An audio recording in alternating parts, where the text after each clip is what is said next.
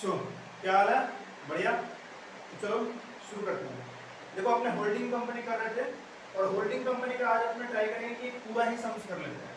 और वो पूरे सम्स का जो फोटो है वो मैं क्या डिस्क्रिप्शन में दूंगा। वीडियो जब स्टार्ट हुआ होगा तो 2 पेज का फोटो तुम लोग को लिया गया होगा, ठीक है?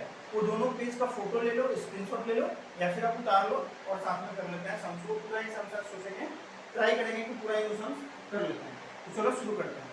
इसमें अपने कुछ एडजस्टमेंट भी सीख लेंगे, जैसे इंटर कंपनी डेट क्या होता है, अनरियलाइज प्रॉफिट एंड लॉस क्या होता है, ठीक है? देखो इंटर कंपनी डेट और अनरियलाइज प्रॉफिट एंड लॉस जो है वो अपने पहले समझने का ट्राई करते हैं और फिर 1 मिनट रुकना बस देखते हैं।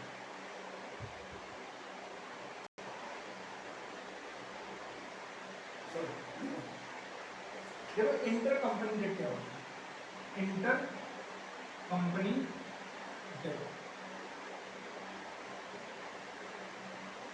इंटर कंपनी डेट का मतलब होता है कि होल्डिंग और सब्सिडियरी जो कंपनी है ना, उन दोनों के आपस में कुछ लेन देन हुआ है, आपस में कुछ डेटर्स और क्रेडिटर्स हैं। सपोज करो कि A limited is my holding company and B limited is my subsidiary company. A limited के बैलेंस शीट में डेटर्स का अमाउंट दिख रहा है 50,000 रुपये। ए लिमिटेड के डेटर्स में अमाउंट दिख रहा है 50,000 रुपया, बट ये 50,000 में बोलता है कि बी लिमिटेड से हमको 25,000 रुपया लेना है। बात समझ में आ रहा है? ए लिमिटेड के डेटर्स में 50,000 रुपया दिख रहा है, ए लिमिटेड होल्डिंग कंपनी है। जब देखा गया कि बी 50,000 में से बी लिमिटेड 25,000 रुपया ए लिमिटेड को देगा, मतलब डेटर्स में 25,000 रुपया बी लिमिटेड से मिलेगा और 25,000 आउटसाइडर से मिलेगा। फिर अगर हम बात कर लें बी लिमिटेड का, तो बी लिमिटेड के बैलेंस शीट में क्रेडिटर्स दिख रहा है और क्रेडिटर्स दिख रहा है 70,000 रुपये। अब इस क्रेडिटर्स के 70,000 में से बोलता है बी लिमिटेड कि ए लिमिटेड को हमको देना है 25,000 रुपया और आउटसाइडर्स को देना है, जो आउटसाइडर्स हो गए हुए 45,000 रुपये मेरे को देना है। देखो जब ऐसा सिनेरियो है कि ए लिमिटेड और बी लिमिटेड होल्डिंग कंपनी में डेटर्स में या फिर क्रेडिटर्स में, डेटर्स में अगर मान लो सब्सिडियरी कंपनी देने वाला है लिमिटेड को या फिर ए लिमिटेड देने वाला है अपने B limited and vice versa, अगर ऐसा कोई सिनेरियो आता है तो सेट ऑफ करना पड़ता है। क्योंकि बात ऐसा है कि अगर घर में बाप और बेटा का रिलेशनशिप है, तो अगर बाप बेटा आपस में ही बिजनेस कर ले, बाप बोलता है कि हमको बेटा से 50,000 रुपया लेना है और बेटा बोलता है कि हमको 50,000 पापा को देना है, तो मम्मी के पास अगर हिसाब किताब जाएगा ना तो मम्मी बोलेगी भाई तो घर में ही पैसा है, इसमें तो कुछ हिसाब ही नहीं करना है, तो दोनों को सेट ऑफ करो, जीरो है बेसिकली, ना किसी को लेना है ना किसी को देना है। इसी तरीके से जब हम लोग कंसोलिडेट करेंगे तो अगर ए लिमिटेड और बी लिमिटेड दो कंपनी है तो आपस में जो ट्रांजैक्शन है उसको हम लोग खत्म करेंगे। मतलब ए लिमिटेड अब बोलेगा कि अब हमको सिर्फ 25,000 मिलेगा, सिर्फ आउटसाइडर्स का बात करेगा। क्या करेगा? सिर्फ आउटसाइडर्स का, मतलब जो बैलेंस शीट में कंसोलिडेशन होगा तो डेटर्स जो होगा ए लिमिटेड का वो 50,000 नहीं 25,000 रुपया लिया जाएगा, क्योंकि यहाँ इंटर कंपनी डेट था उसको हम लोग खत्म करेंगे। ये 25,000 कौन सा खत्म किए? बी लिमिटेड से जो मिलना था। बी लिमिटेड का जो क्रेडिटर्स होगा वो अब 70,000 नहीं होगा, 70,000 में से वो बोलेगा 25,000 तो घर में ही था, घर में ही देना था, तो सिर्फ 45,000 मिलेगा। तो जब कंसोलिडेशन होगा तो ए लिमिटेड का डेटर्स 25,000 प्लस बी लिमिटेड का जो भी डेटर्स होगा दोनों को ऐड करेंगे, 50,000 ऐड नहीं करेंगे, 25,000 ऐड करेंगे। सिमिलरली बी लिमिटेड का जब कंसोलिडेशन करेंगे तो उसका क्रेडिटर्स हम लोग 45,000 लेंगे, 70,000 नहीं लेंगे। मतलब जो आपस में ट्रांजैक्शन हुआ है ना उसको अपने छेड़छाड़ नहीं करेंगे, उसको अपने हटा ही देंगे, सीधा बुक से ही माइनस करके खत्म कर देंगे। This is called inter company debt और अपने यहाँ पे इसको खत्म कर देंगे। ठीक है, चलो बढ़िया। अब एक कंसेप्ट आता है अनरियलाइज प्रॉफिट का। इसका कंसेप्ट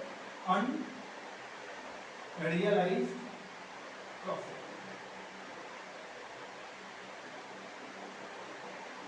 तो अनरियलाइज प्रॉफिट समझने से पहले समझो ट्रांजैक्शन।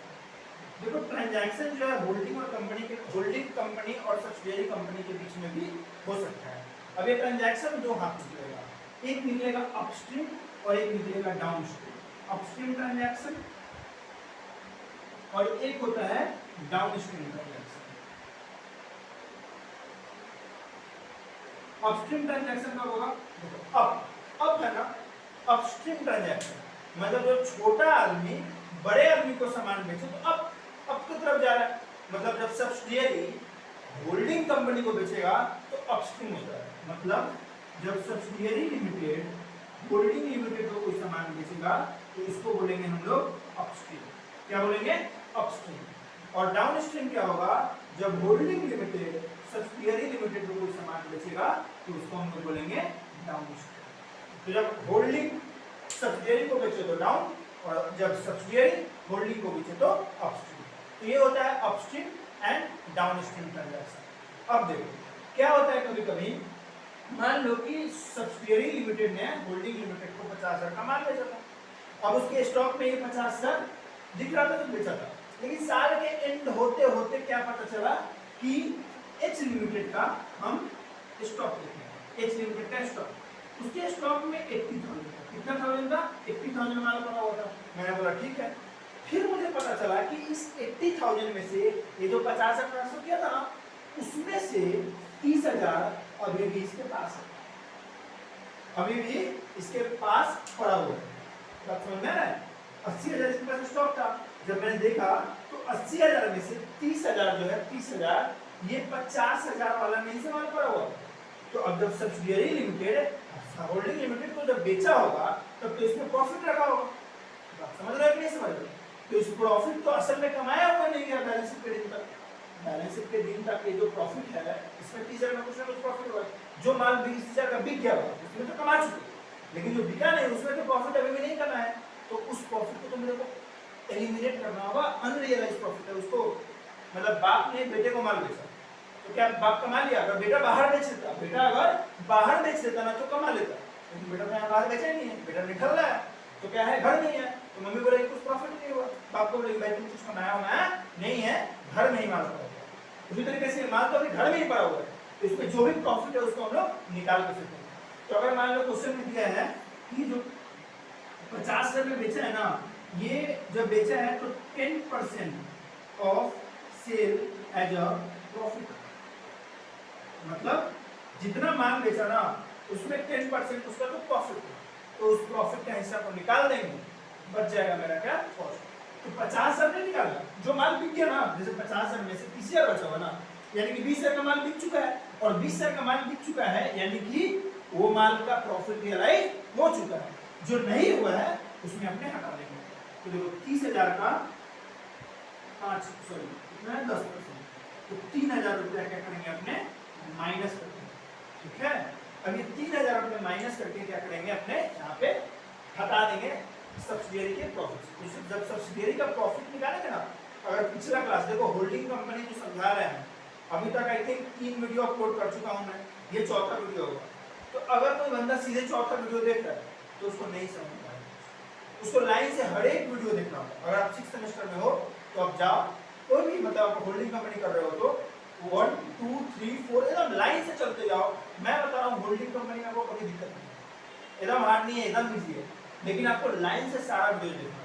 तो देखो ये जो 3,000 प्रॉफिट हुआ, तो जब हम सब्सिडियरी का प्रॉफिट निकालते हैं ना पोस्ट एक्विजिशन प्रॉफिट, तो पोस्ट एक्विजिशन प्रॉफिट जब निकाल रहे हो ना तो 3,000 प्रॉफिट तो आप कमाया नहीं होगा, तो प्रॉफिट में से जो है प्रॉफिट जब आप कर रहे हो प्रॉफिट में से आप ये माइनस कर दोगे, और माइनस करने के बाद उस प्रॉफिट का एनालिसिस करोगे। करेक्ट बात है? चलो, तो ये था मेरा क्या अनरियलाइज्ड प्रॉफिट का कंसेप्ट। अब अपने करेंगे क्या सम्स वाला, सम्स करते हैं जो कि वीडियो के स्टार्टिंग में मैंने डाला। चलो